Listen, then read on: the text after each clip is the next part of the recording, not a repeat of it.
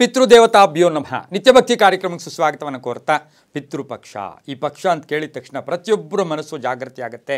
ನಮಗೆ ಕೃಷ್ಣ ಪಕ್ಷ ಗೊತ್ತು, ಶುಕ್ಲ ಪಕ್ಷ ಗೊತ್ತು, ವರ್ಷದಲ್ಲಿ ಪಕ್ಷಗಳು ಅಂತ ಹೇಳಿ ನಾವು ಹೇಳ್ತಾನೆ ಇರ್ತೀವಿ. ಆದರೆ ಈ ಪಿತೃಪಕ್ಷ ಅಂದಾಗ ನಮ್ಮಲ್ಲಿ ಒಂದು ಜಾಗೃತಿ ಮೂಡುತ್ತೆ. ಏನು ಅಂತ ಹೇಳಿದ್ರೆ ನಮ್ಮ ಈ ಶರೀರಕ್ಕೆ ಕಾರಣೀಭೂತರಾಗಿರ್ತಕ್ಕಂಥವರಿಗೆ, ಹಾಗೆ ನಾವು ಯಾವ ಕುಟುಂಬದಿಂದ ಬಂದಿದ್ದೀವಿ ಅದರ ಹಿಂದಿನ ತಲೆಮಾರಿನವರಿಗೆ ತೀರಿಸ್ತಕ್ಕಂಥ ಋಣದ ಕಾಲ, ಋಣ ತೀರಿಸ್ತಕ್ಕಂಥದ್ದು ಪಿತೃ ಋಣ, ಗುರುಗಳ ಋಣ, ಮಾತೃ ಋಣ, ಹಾಗೆ ನಾವು ಅನೇಕ ಋಣಗಳಿರುತ್ತೆ. ಆ ಋಣಗಳಲ್ಲಿ ಬಹಳ ವಿಶೇಷವಾಗಿರ್ತಕ್ಕಂಥದ್ದೇ ಈ ಪಿತೃ ಋಣ. ಅದನ್ನು ನೆರವೇರಿಸ್ತಕ್ಕಂಥದ್ದೇ ಪಿತೃಪಕ್ಷ. ಈ ವರ್ಷದಲ್ಲಿ ನಮಗೆ ಆಗಸ್ಟು ಏನು ನಮಗೆ ಈ ಒಂದು ಸೆಪ್ಟೆಂಬರ್ 18ನೇ ತಾರೀಕಿನಿಂದ ಅಕ್ಟೋಬರ್ 2ನೇ ತಾರೀಕಿನ ತನಕ ಈ ಮಧ್ಯದ ಕಾಲವನ್ನು ನಾವು ಪಿತೃಪಕ್ಷ ಅಂತೀವಿ. ಸೆಪ್ಟೆಂಬರ್ 18ರಿಂದ ಪ್ರಾರಂಭ ಆಗಿಬಿಟ್ಟಿದೆ. ಈಗ 2ನೇ ತಾರೀಕು ನಾವು ಅಮಾವಾಸ್ಯೆ ಬರ್ತಾ ಇದೆ, ಗ್ರಹಣ ಕಾಲ, ಮಹಾಲಯ ಅಮಾವಾಸ್ಯೆ, ಸರ್ವಪಿತೃ ಅಮಾವಾಸ್ಯೆ ಅಂತ ನಾವೇನು ಕರಿತೀವಿ. ಈ ದಿನ ನೆರವೇರಿಸ್ಕೊಳ್ತಕ್ಕಂಥ, ಆಚರಣೆ ಮಾಡ್ಕೊಳ್ತಕ್ಕಂಥ ವಿಧಿವಿಧಾನಗಳೇನು, ಯಾಕೆ ನಾವು ಈ ಪಿತೃಪಕ್ಷವನ್ನು ಆಚರಣೆ ಮಾಡ್ಕೋಬೇಕು ಅಂದರೆ ನಮ್ಮ ಹಿಂದಿನ 3 ತಲೆಮಾರಿನವರಿಗೆ ನಾವು ಗೌರವ ಸಮರ್ಪಣೆ ಮಾಡೋದು, ಅವರನ್ನು ಜ್ಞಾಪಕ ಮಾಡ್ಕೊಳ್ತಕ್ಕಂಥದ್ದು, ಅವರ ಒಂದು ವಿಶೇಷವಾಗಿ ಅವರಿಂದನೇ ನಮಗೆ ಈ ಶರೀರ ಬಂದಿರೋದ್ರಿಂದ ಈ ಪಿತೃಪಕ್ಷ ಅನಾದಿ ಕಾಲದಿಂದಲೂ ಇತಿಹಾಸದಲ್ಲೂ ಕೂಡ, ಕುರುಕ್ಷೇತ್ರದಲ್ಲೂ ಕೂಡ ಇದರ ಉಲ್ಲೇಖ ಇದೆ. ಹಾಗೆಯೇ ಬಹಳ ವಿಶೇಷವಾಗಿ ಕರ್ಣನ ಒಂದು ಕತೆ ಕೂಡ ಹೇಳ್ತಕ್ಕಂಥದ್ದು. ಕರ್ಣನು ನೇರವಾಗಿ ದೇಹತ್ಯಾಗ ಮಾಡಿ, ಪ್ರಾಣತ್ಯಾಗ ಮಾಡಿ ಇಲ್ಲಿಂದ ಹೊರಟಾಗ, ದೇಹತ್ಯಾಗ ಮಾಡಿ ಹೊರಟಾಗ ಅಲ್ಲಿ ಆತನಿಗೆ ಸ್ವರ್ಗ ಪ್ರಾಪ್ತಿ ಆಗಲೇ ಇಲ್ಲ. ಯಾಕೆಂದರೆ ಪಿತೃಪಕ್ಷನೇ ನೀನು ಮಾಡಿಲ್ಲ, ನೀನು ವಾಪಸ್ ಹೋಗು ಅಂತ ಹೇಳಿದಂಥ ಒಂದು ದೃಷ್ಟಾಂತ ಕಥೆಯನ್ನು ಕೂಡ ನಾವು ಕೇಳ್ಬೋದು. ಇನ್ನು ಈ ಪಿತೃಪಕ್ಷವನ್ನು ಪಿತೃಗಳ ಋಣ ತೀರಿಸ್ಕೊಳ್ತಕ್ಕಂಥ ಪಿತೃಪಕ್ಷ ಅಂತ ನಾವು ಕರಿತೀವಿ. ಮಹಾಲಯ ಅಮಾವಾಸ್ಯೆ ಬೇರೆ ಬಂದಿದೆ, 2ನೇ ತಾರೀಕು ಬುಧವಾರದ ದಿವಸ. ಅದರ ಜೊತೆಗೆ ಸೂರ್ಯಗ್ರಹಣ, ಕೇತುಗ್ರಸ್ತ ಸೂರ್ಯಗ್ರಹಣ ಬೇರೆ ರಾತ್ರಿ ಸಂಭವಿಸ್ತಾ ಇರತಕ್ಕಂಥದ್ದು ಕೂಡ ಆಗಿರುತ್ತೆ. ಇನ್ನು ಬುಧವಾರ ಕೂಡ ಆಗಿರೋದ್ರಿಂದ ಈ ಒಂದು ರಾಹುಕಾಲ ಕೂಡ ಆವತ್ತಿನ ದಿವಸ 12 ಗಂಟೆ 8 ನಿಮಿಷದಿಂದ 1 ಗಂಟೆ 38 ನಿಮಿಷ ತನಕ ರಾಹುಕಾಲ ಇರುತ್ತೆ.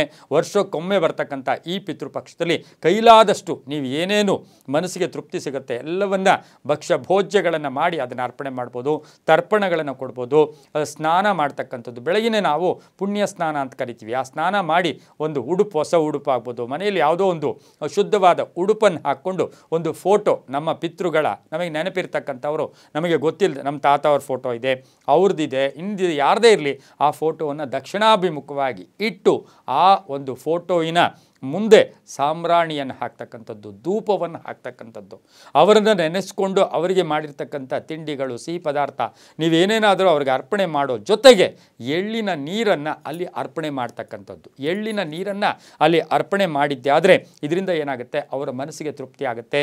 ಮುಂದಿನ ನಮ್ಮ 3 ತಲೆಮಾರಿಗಳಿಗೂ ಕೂಡ ಅವರ ಆಶೀರ್ವಾದ ಸಿಗ್ತಕ್ಕಂಥದ್ದಾಗಿರೋದ್ರಿಂದ ಅಮಾವಾಸ್ಯೆ ತಿಥಿ ಕೂಡ ಇರ್ತಕ್ಕಂಥ ದಿನ ಕೂಡ ಆಗಿರುತ್ತೆ. ಅಮಾವಾಸ್ಯೆ 1ನೇ ತಾರೀಕೆ ನಮಗೆ 9 ಗಂಟೆ 39 ನಿಮಿಷಕ್ಕೆ ಸ್ಟಾರ್ಟ್ ಆಗಿ ಒಂದು ಪ್ರಾರಂಭ ಆಗಿರ್ತಕ್ಕಂಥದ್ದು ಕೂಡ ಆಗಿರುತ್ತೆ. ಹಾಗೆ ನಮಗೆ 3ನೇ ತಾರೀಕು 12 ಗಂಟೆ 18 ನಿಮಿಷ ತನಕ ಅಮಾವಾಸ್ಯೆ ಇರುತ್ತೆ. ಸರ್ವಪಿತೃ ಅಮಾವಾಸ್ಯೆ ಕೂಡ ಆಗಿರುತ್ತೆ.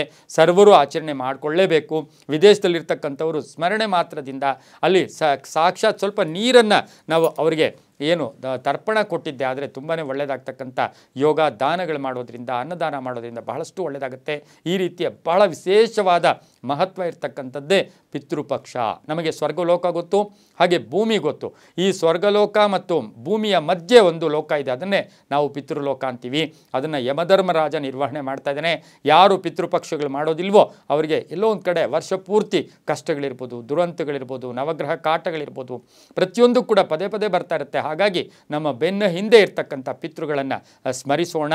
ಎಲ್ರಿಗೂ ಒಳ್ಳೆಯದಾಗಲಿ. ಸರ್ವೇ ಜನ ಸುಖಿನೋ ಭವಂತು. ಸಮಸ್ತ ಸನ್ಮಂಗಳಾನಿ ಭವಂತು.